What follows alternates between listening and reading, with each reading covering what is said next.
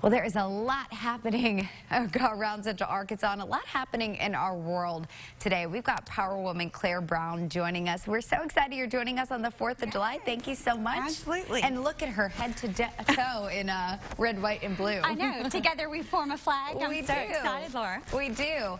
Well, it's a topic, you know, on a day like today, we have to talk about, you know, we are a country, we want to say we are unified, but right now, things feel so divisive. Very divisive. It's unfortunate. We see things on Facebook, and these are our friends we're getting in fights with. How do we stay cordial and keep these friendships despite our feelings being different? Right. You know, it is a holiday, so it makes you want to look forward to Christmas and Thanksgiving, doesn't it? Yeah. Well, even though those topics are on the table on Thanksgiving, can get a little dicey. And so it's how do we train ourselves to get into curiosity and really come at one another with love and respect, which is the goal. And so, you know, that's what we're looking at right now. And what we want to do is respect one another's model of the world. And really the only way that we can do with that is to come at one another with curiosity. And our past experiences form how we view the world. And until we get curious and ask questions of each other, we are not able to know how our model of the world looks.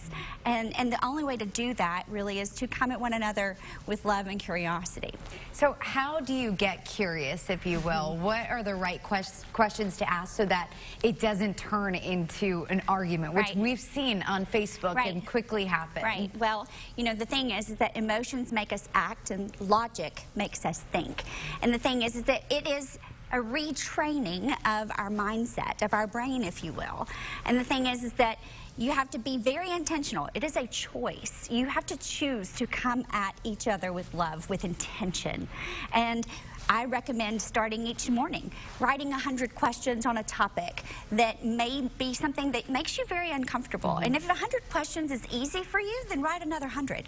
Get to the point where it's difficult.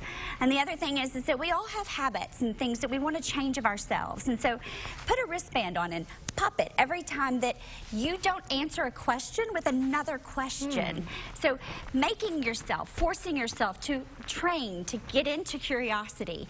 How many questions a day are you writing? I mean, what if we had a clicker instead of counting our steps, if we counted our questions, right? To where we really trained ourselves to get out of judgment and to get into curiosity with one another. What would that change in our world?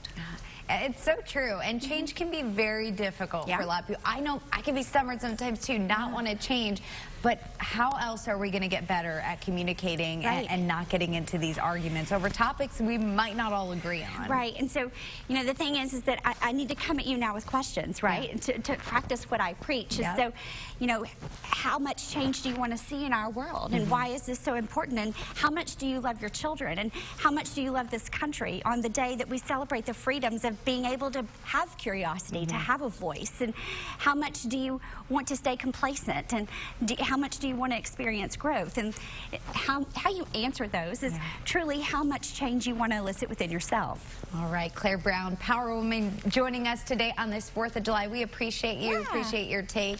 Find her on Facebook too, Little Rock Power Woman. We appreciate you, Claire. I appreciate you. Thank you. Hey,